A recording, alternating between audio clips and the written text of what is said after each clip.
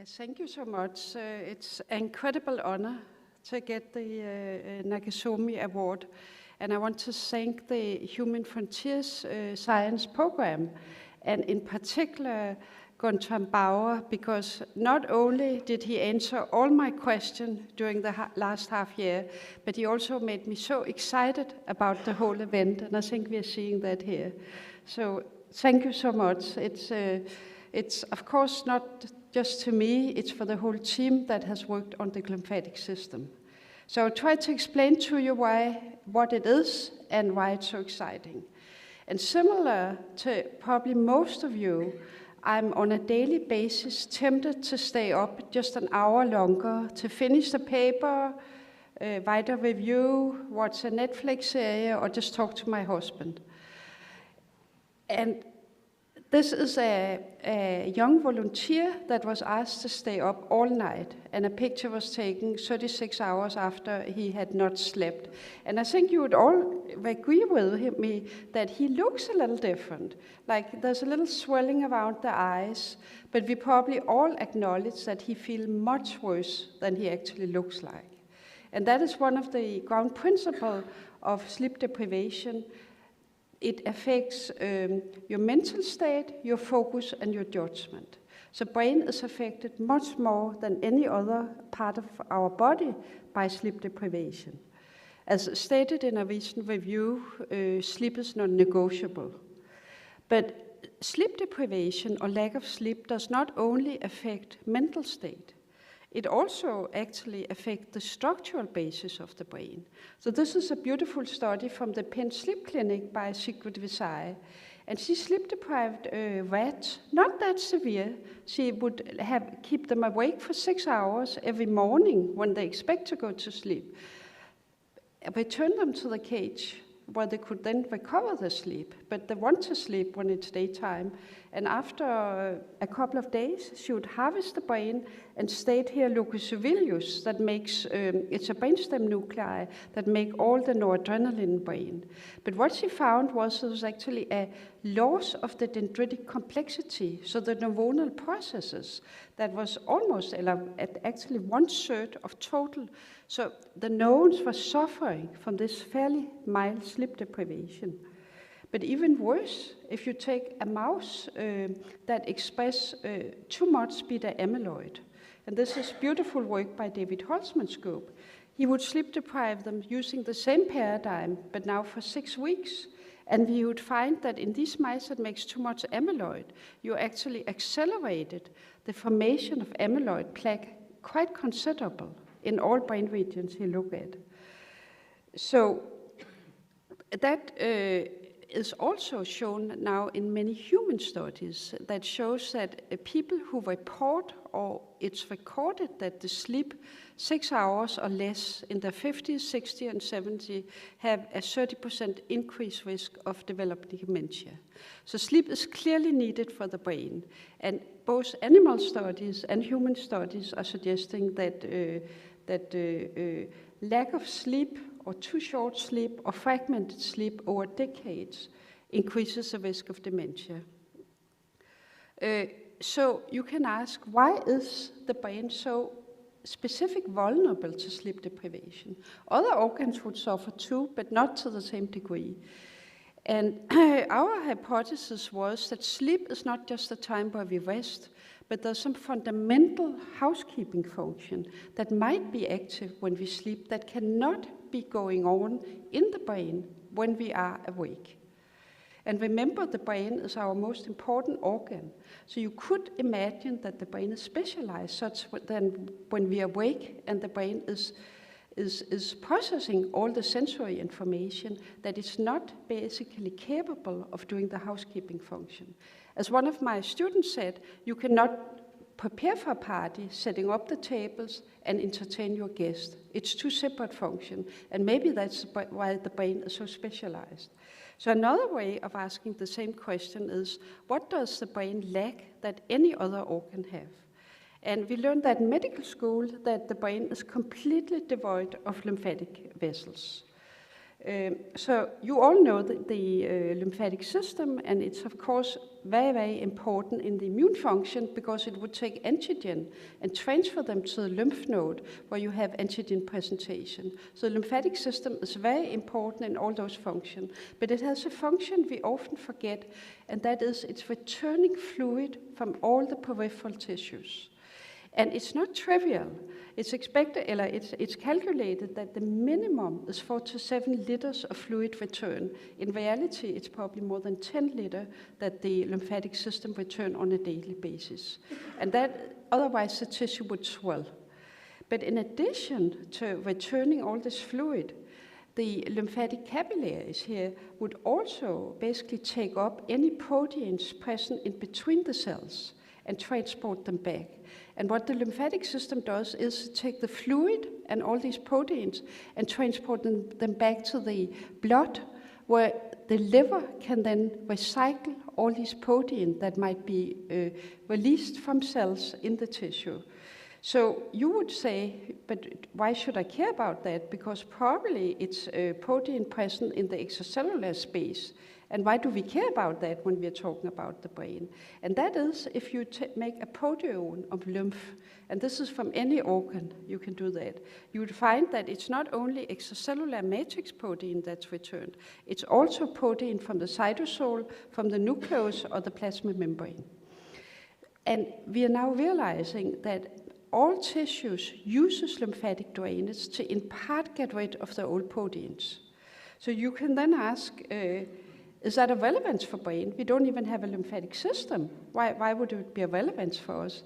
Probably because the brain it's composed of cells like any other tissue. It has the same basic need for housekeeping. And one of the biggest problems in neuroscience and neurology is that all the diseases of aging are basically diseases of protein accumulation. So that could be Alzheimer, Huntington, Parkinson, ALS. They are all characterized by that the brain have not been able to get rid of certain protein. And these proteins differ from disease to disease, but they all share that once they start to aggregate, the brain seems to have a very hard time getting rid of them.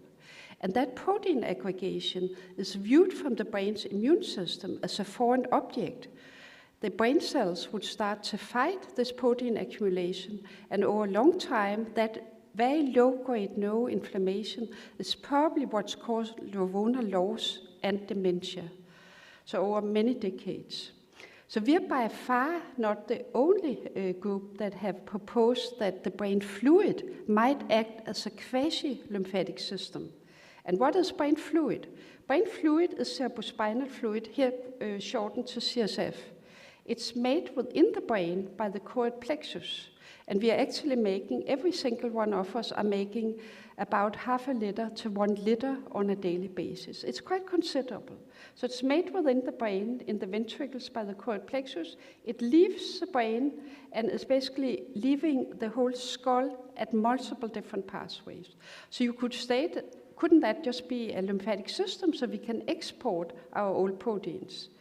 Probably not in the way, the simplistic view, because very smart people at Brown University stated that the brain is probably not really constructed for that, because you have, if you look at the brain tissue, it's not just cells, it's trillions of processes from nerve cell, astrocyte, other glia cells that intermix. And if you have this very complex, tortuous environment, it would take forever for protein to diffuse.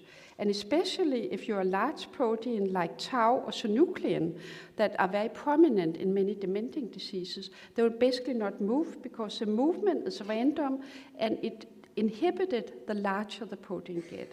But there's also another process we just heard about in this beautiful talk just before, and that's convection. And convection is independent of how large the protein is, and also it's one-directional because it's driven by the pressure that drives it, and that's convection. So a hallmark of convection is that small protein diffuse with the same velocity as a large protein. So could we have convective flow in the brain and thereby make a semi-lymphatic system that could be more efficiently cleaning the large brain out? We probably could, because if you look at just brain pulsatility, this is just a simple scanning of a patient, and you can see that the cerebrospinal fluid in the ventricle inside the brain are always moving. Why is it moving? That's because the brain receives an incredible arterial supply of fresh blood, and the heart is inducing these motions. So the brain is basically resting of a circle of blood vessels that always initiate movement. So could that drive it? Maybe, because the brain is also constructed very differently than any other tissues. So if you look here at the entrance of blood vessels to the brain, you would first of all see that blood vessels rest on the surface of the brain, the cortex, and then they dive in perpendicular to the cortical surface. And if you look at it in a higher resolution here, you'd see here we have a vessel resting on the brain, and then it's in this perpendicular extension into the brain. And what is special about that? First of all, that you have the glia cell, the supportive cell, extend processes to surround this vessel. And these glia processes, we call them the vascular end feet, actually cover 99.4% of all vasculature in the brain. This is very special. No other organ is like that. And furthermore, these spaces that's created by the vessel wall, that's the inner wall, and the outer wall is this glia end feet. We call it the perivascular spaces. They link up directly to the cerebrospinal fluid on top of the brain, on the bottom of the brain. So you can then propose that you have a very different environment in these perivascular spaces, because they're basically fluid-filled spaces, and you could use them as highway to circulate fresh cerebrospinal fluid into the brain, and thereby create a more efficient cleaning system. So we tested that system here. Jeffrey Liff, who was an excellent postdoc, and he's now professor actually. And what he did was he used a 2-photon microscope to look directly into the brain. So we would remove part of the skull, put a cover glass on, and look in. And he would fill blood with a red tracer, so we have something to look at. Otherwise, it would be black. And then he would inject very far away. I can show you here. He would inject down here into cisterna magna. He would inject a green tracer so we can follow cerebrospinal fluid entrance into the brain. And he would look up here at the top of the brain. So it's even in mice, it's at least 2 centimeters away. So it's pretty far away. So when you look down with a 2-photon microscope, you'd see all the blood, so all the blood vessels. That's the inside of it. And what you can see is that he placed arrows on all the penetrating artery, the one that enter the tissue. And when he then inject a tracer in cerebrospinal fluid, you'd see it first enter along this vessel that lay on the outside of the brain, but then it immediately is circulating into the perivascular spaces surrounding the arteries. So the most surprising about this movie is not that it really happens, but the surprising thing is how rapidly it happened. This movie is only 15 minutes long and compressed to half a minute. So you have a very, very dynamic fluid exchange between the cerebrospinal fluid and the brain cells, here 180 micrometer below the surface. So what drives the flow? Because these glia end feet have no smooth muscle cells. They're very different from lymphatic vessels that have smooth muscle cells that can pump, and they have valves. They don't have that. So we very quickly realized we are no scientists, we are not fluid dynamicists. So we contacted some excellent fluid dynamicists at Rochester University. So Jack Thomas had studied fluid flow in the outer solar space. And Doug Kelly basically is a fluid dynamicist that have developed a lot of tracking softwares. And students from both our labs start to look at fluid flow. And the first thing they told us was, don't inject tracers because we can't really track the tracers. We get a wavefront, but it's hard to really establish where is the front of these fluorescence particles. So they asked us to inject microspheres. So here we have injected microspheres, the same place, cisterna magna, back of here, and we look with a 2-photon microscope. And what you can see here is that these microspheres, they enter along in the perivascular spaces, along the big arteries, resting on the surface of the brain here. So that is filled with a red tracer. And what you can see immediately is that these microspheres do not move with an even velocity. They move forward fast, slows down, move forward fast. And if we plotted that against the heartbeat, you can see that every time the heart beat, we have an increase in the velocity of these microspheres. Respiration plotted here did not seem to matter so much. And one of the key of this finding was they always move in one direction, and the movement seems to be independent of whether you have small aggregate or large aggregate. They move with the same velocity, and that's a hallmark of convection versus diffusion. So based on studies like that, we made the glymphatic concept. And what is that? It's basically I would compare it to that you buy a Lego box and you build a car. And then you get tired of that car, you build another car with the same blocks, but it still have the same function, it's driving. And what happened here is that you have the arterial pulsatility are driving cerebrospinal fluid into the perivascular spaces. Then you have a lot of water channels located in these glia infeed that facilitate influx into the high resistant brain tissue, and then it would collect around the vein and be transported out by traditional lymphatic vessels placed in the meninges that surround the brain. So now we have a concept where we can say the whole action is basically cleaning the brain here, because any solute that's present in between the cell would be moved by convective flow here. So the first thing we did was to ask what happened in aging, because aging is a high risk factor for developing dementia and protein aggregation.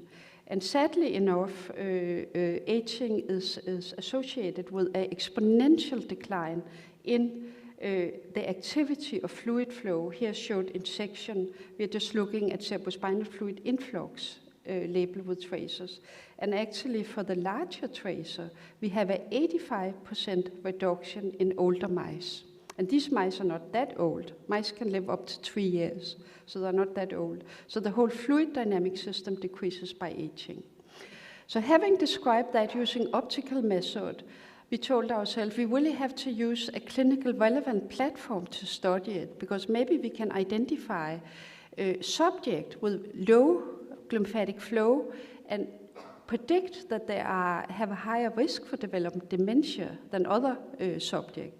So we contacted Helene Benveniste at Yale University, and she replicated our studies using MRI imaging, so magnetic resonant imaging. She would inject a contrast agent in Gensystoma magna, and she would follow it. And as you can see here, she replicated the finding here in a rat brain that the tracer influx strictly followed the vasculature. This is the anterior, the middle, and the posterior cerebral artery.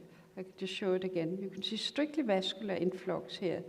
And the influx again is over within half an hour, and after that, efflux predominate.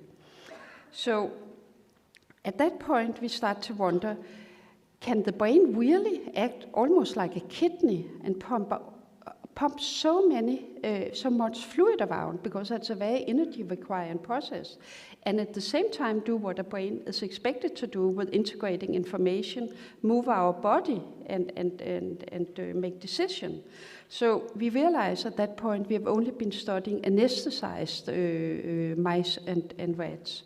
So 2 young students in the lab, Lulu Xi and Hong Ni Kang, they modified the approach so we could inject the same size tracer, just 2 different colors, and at the same time record EEG so we could determine whether the mice were asleep and awake. And we used basically EEG recording to determine whether they're asleep or awake, because it's hard to tell by just looking at a mouse. And here is a recording where we have used a blue dye to basically indicate the blood, the vasculature. But we would inject in the same mouse, look at the same field, we would inject a green tracer when the mice is awake and a red when it's asleep. And what you can see is this look very much like the same movie. It's about 15 minutes long. The tracer would enter when the mouse is asleep along the vessel resting on the surface, and then it would immediately dive down. There are some penetrating arteries here where you would see the tracer dive down very quickly. So very similar. But nothing happened in the awake mouse. And since I'm a biologist, I don't believe in black and white. It's always shade of something in between, because biology is normally not like that. So we were worried for probably several years that we didn't inject right. Maybe the needle was not getting loose and so on, but we replicated many times, and we finally published it, and the press was very happy because they said brainwashing when you sleep. So that was why we got popular on this concept. And it also was a really good argument for your teenage kid. You really need to sleep because you need to clean your brain. But we were very unhappy with this kind of imaging because we are looking at a pinhole. This is about 0.5 millimeter by 0.5 millimeter. And we really wanted to look at the entire brain because we believe it's a brain-wide cleaning system. We could not use MRI imaging because the magnets are really, really loud and it's impossible to get an animal to sleep. So we have since then shifted from the two-photon imaging to macroscopic imaging. And macroscopic imaging is basically just a big lens, and you look down at the entire brain if you remove the skin. And the skull of the mice are so transparent that you can actually use a LED light to look down. So when you look down at the brain, you'd see the anterior, the middle, and the posterior cerebral artery coming in. And if you then look at the movies you get, you'd see here in the sleep or anesthetized mice that you have this tracer, these dyes entering. And this is not blood flow, this is cerebrospinal fluid pumped along the arteries into the brain. So again, this is half-an-hour movie and very dramatic. In the awake mouse, you'd see that the awake brain is almost completely capable of avoiding inflow of fluid. It suppresses all fluid inflow on now a macroscopic stage. We still don't understand how the awake brain do that, but it's so interesting that neural activity and arousal actually determines brain fluid flow. So you can ask, is this important, or why should we care about it? Because this is all mice. And many groups have now taken on these studies in human, and there's actually published almost 2,000 papers now on the glymphatic system. And I'll just show one example, because it very much resembles what we have done in rodents. This is a group from Oslo University, Per Eide and Gert Wringstad. They were allowed in certain patients to inject contrast agent into cerebrospinal fluid, so very similar to what we do in the mice. And what they observed was, yes, it gets into all part of the brain. Here, 24 hours, the entire brain is filled. But it seemed much, much slower than what we observe in mice. And of course, the human brain is much bigger, but there's also a fundamental difference here. And that is that the patient was certainly awake during the scannings. But then they went home and had a good night's sleep before they returned and got the scan at 24 hours. So the investigator asked, did that really matter for influx of cerebrospinal fluid into the brain? And the design was very simple. They would basically inject the contrast agent into cerebrospinal fluid, follow the patient multiple times the same day, and then they would tell some of the patient, you can go home to sleep, and the other part of the patient were asked to stay in the hospital, and they're not allowed to sleep. And then they would scan them at 24 hours and 48 hours, and then later again. And the data was actually, I think, very dramatic, because they showed, yes, you need to sleep. So this, the control group, are the group of patients that was allowed to sleep, because you clear the contrast agent out faster than you do if you are sleep deprived. So there was a significant difference at 24 hours, but the real surprise was that if they then asked the patient to come back at 48 hours, and I bet you that the sleep-deprived patient, they went back home to sleep. They've been sleeping a great part of this time. It didn't help. They still had more contrast agent left in the brain than the group that had had a normal sleep the first day. So the idea is coinciding with a lot, the data are coinciding with a lot of information that now suggests that even very mild sleep deprivation, it takes days, maybe weeks to recover from it. It has so dramatic effect on brain physiology. So a lot of data has accumulated since we first proposed the glymphatic model, and we basically made this simple scheme that said that glymphatic failure is a common path to dementia. And how could we state that? We could basically state it because both rodent studies and human studies have now shown that all the event that accumulates during the long lifespan of a human would tend to reduce glymphatic flow. This could be obesity, it could be traumatic brain injury, it could be substance abuse. They all basically add up and would tend to reduce glymphatic flow. Once you have stagnation of brain fluid flow, you have an increased tendency to protein aggregation because basically the protein accumulates. And once you get aggregate, you further reduce glymphatic flow. So it's a positive feedback that would basically facilitate an unhealthy environment for the brain. In addition, the neuroinflammation has now been shown to be a very potent way of reducing glymphatic flow. So this was our simple model of it, and I think there's a lot of opportunity here, not only for diagnostic, but also treatment, and also using it in clinical trials of dementia, where you actually go in much before the final stages where the patient are already demented, and you could actually use glymphatic flow as a biomarker for how efficient this treatment is. But I was going to show you more. I thought it was more exciting. It is very exciting because it's clear that dementia is a burden that is not only affecting the Western country, but also very much the health system that they have much less resources to take care of these patients. But I wanted to argue that the glymphatic flow gives a lot of research opportunity to understand the brain.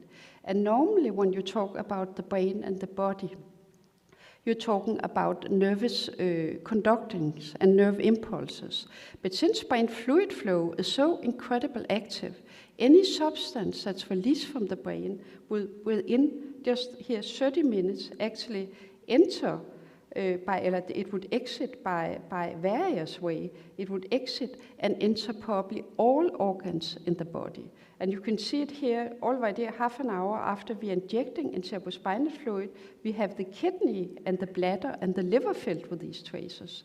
So any compound like noradrenaline released by the brain would reach all the body. And that is, if you look here at the nose, that's a very potent, very active way of exporting fluid in rodents, not so much in the human. You'd see that you see this beautiful outflow pathway of the tracers directly, basically, into these areas here. And looking at all of these fluid flow dynamic that still has to be explored because it's not very well understood. Our fantastic MRI core director, Yuki Mori, he told me, do you know that the cerebrospinal fluid actually enters the inner ear? And I've never studied the inner ear, but what he did, he's incredible in obtaining high resolution in mice. So this is very, very small structure he's able to visualize. And if you look here at the bottom of the brain, you'd see that these two structures here, these are the inner ear. They're deeply embedded in bone on all sides. So it's only MR that can actually visualize this structure. And if you injected a contrast agent, you'd see that they enter the inner ear immediately, within a minute, and fill up this beautiful structure of the inner ear within just, here, like, 90 minutes. It's almost all filled up. And why was that interesting? It's interesting because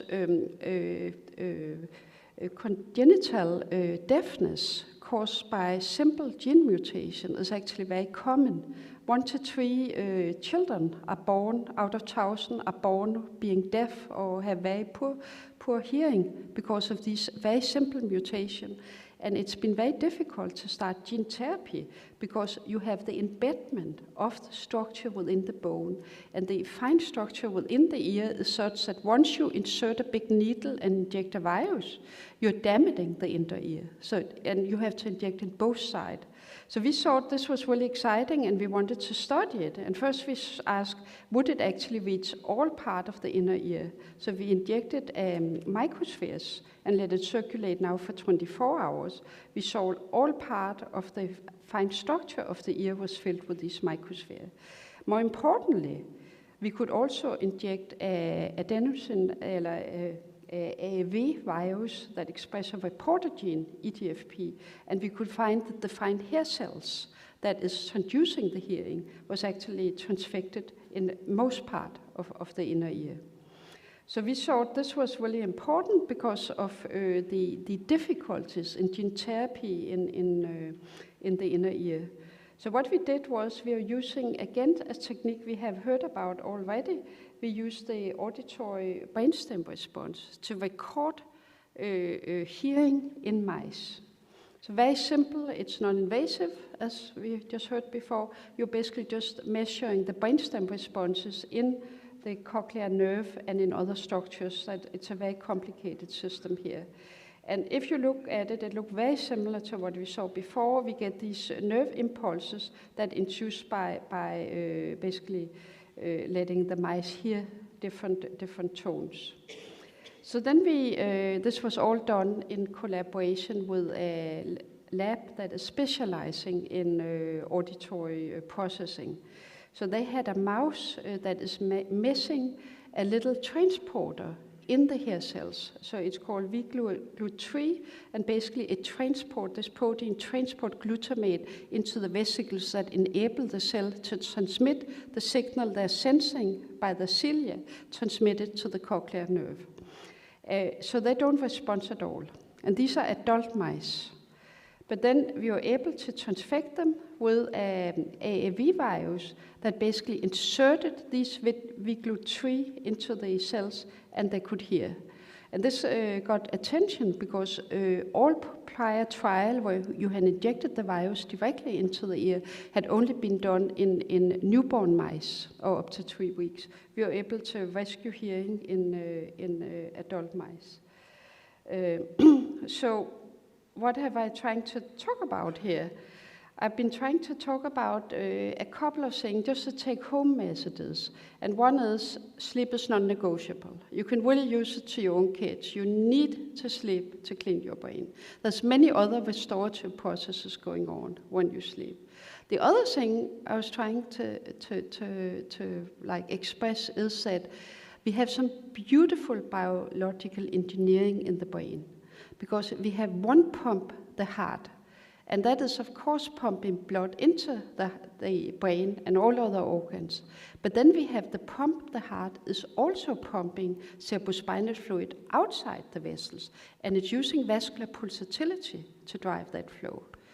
Why is that important? Because vessels get stiff when we get old. And when vessels are stiff, they are not elastic and they're not able to drive the cerebrospinal fluid as efficiently. And that is probably why cardiovascular diseases predispose to dementia, because you're simply not cleaning your brain as well as you should. Then I was also trying to convey that diagnostic tools developed on the glymphatic system is really rising now. There's a lot of neuroradiologists developing all kinds of sequences that are non-invasive, so you can follow fluid flow along the vasculature and also, for example, in the ventricles within the brain. And we could use that not only to diagnose or identify a patient that's at risk of developing dementing diseases, but we could maybe also use this pathway to deliver treatment and improve glymphatic flow when we are sleeping. I don't think we would ever be able to get glymphatic flow working when we are awake. I think it's a fundamental thing that the awake of our brain need to focus on the precision of synaptic transmission. If you have brain fluid flow around synapses, you would transport the transmitters from one synapse to the next, and you would lose the precision of synaptic transmission we need when we are awake. And finally, I think that using the glymphatic flow and basically mapping it as a function of brain state offer a completely new tool to understand many diseases we don't understand now. Because most of the diseases of mental diseases in psychiatry are really diseases of altered brain state, where as far as we know, the hard work is actually working, but the processing of information is not correct. Like you hear voices and so on. And maybe some of those diseases are actually a function of brain fluid flow is active when it shouldn't be. There's a couple of clinical papers out that's suggesting that. And then finally, I just want to thank again for this incredible honor from the Human Frontier Science Program and all the many talented students and postdocs I work with, all my amazing collaborators, and of course, NIH and many other foundations who's been willing to fund us. So thank you so much. And if there's time for questions, I would be happy to take it.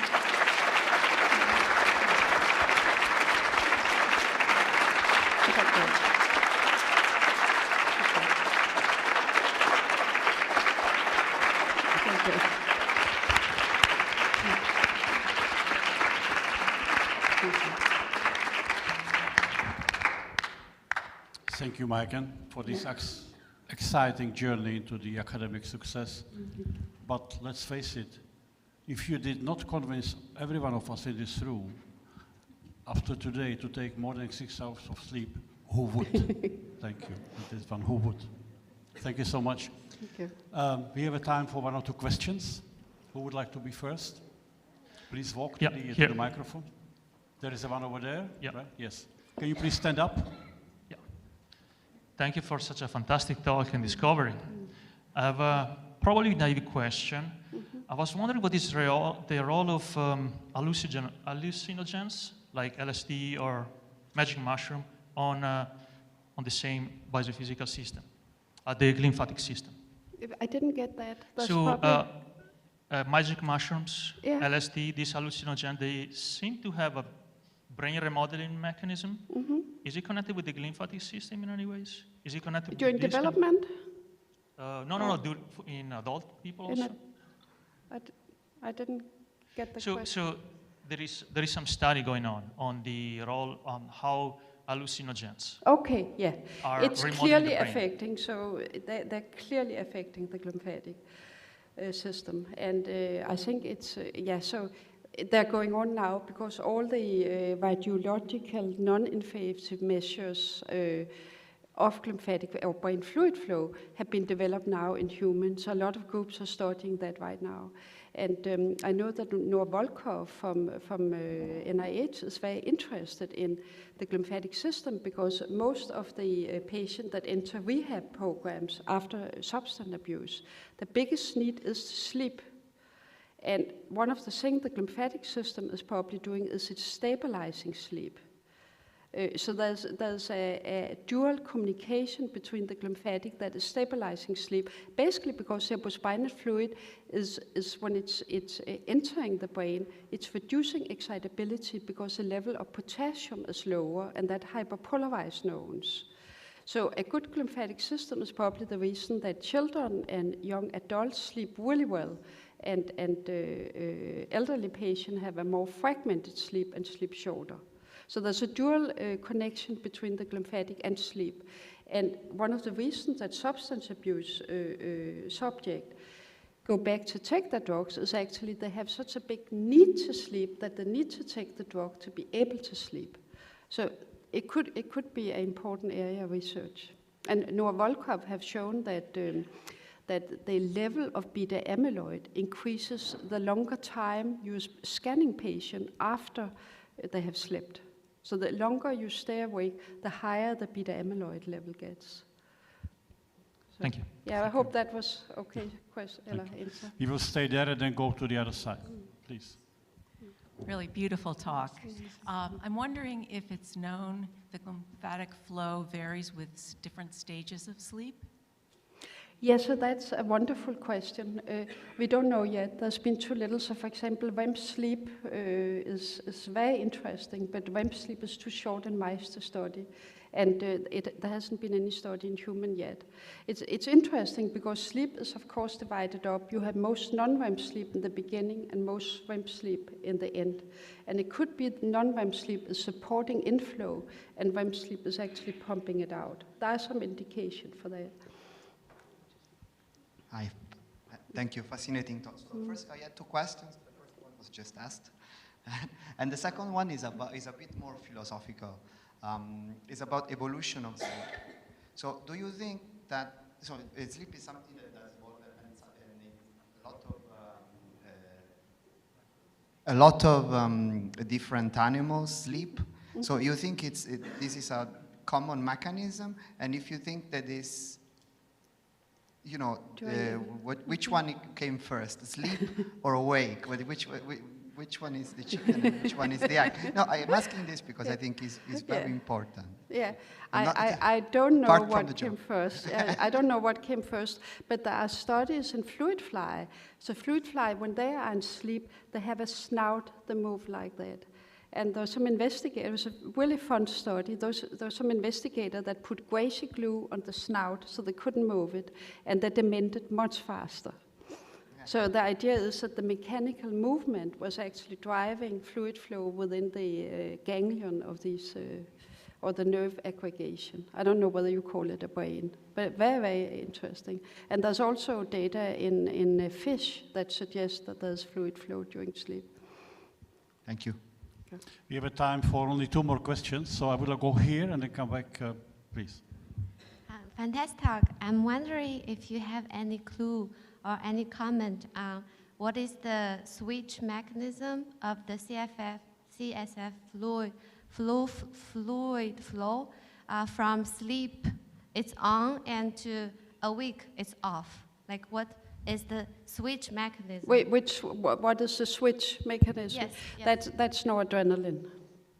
No, so it's the arousal neuromodulators that completely shut off the glymphatic, and it's probably on multiple levels, both the perivascular spaces, but also that the glia cells swell up when we awake, and that so if you have less extracellular space, so less space in between the cell, you would have a higher resistance to fluid flow, and it happened within 30 to 90 seconds.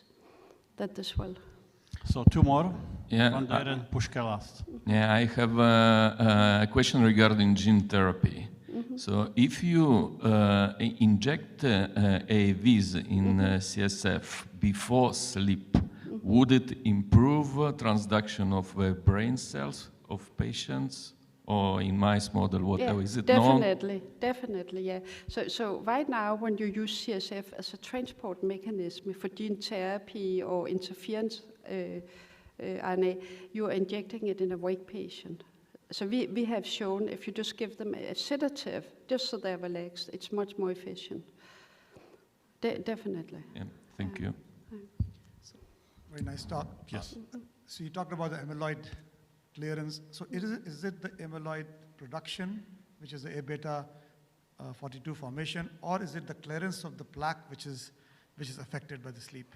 So I'm trying to say, does it also affect sleep? Does it also prevent production of A-beta 42, or it is just the clearance of the plaques, the A-beta plaques? So we were very inspired by David Holtzman's work that showed that beta amyloid, both within brain and in cerebrospinal fluid, is lower when you sleep.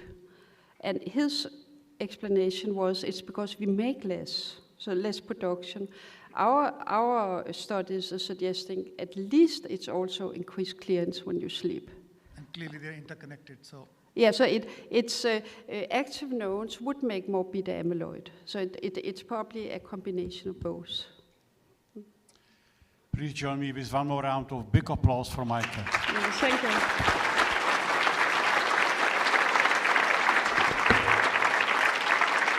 Thank you.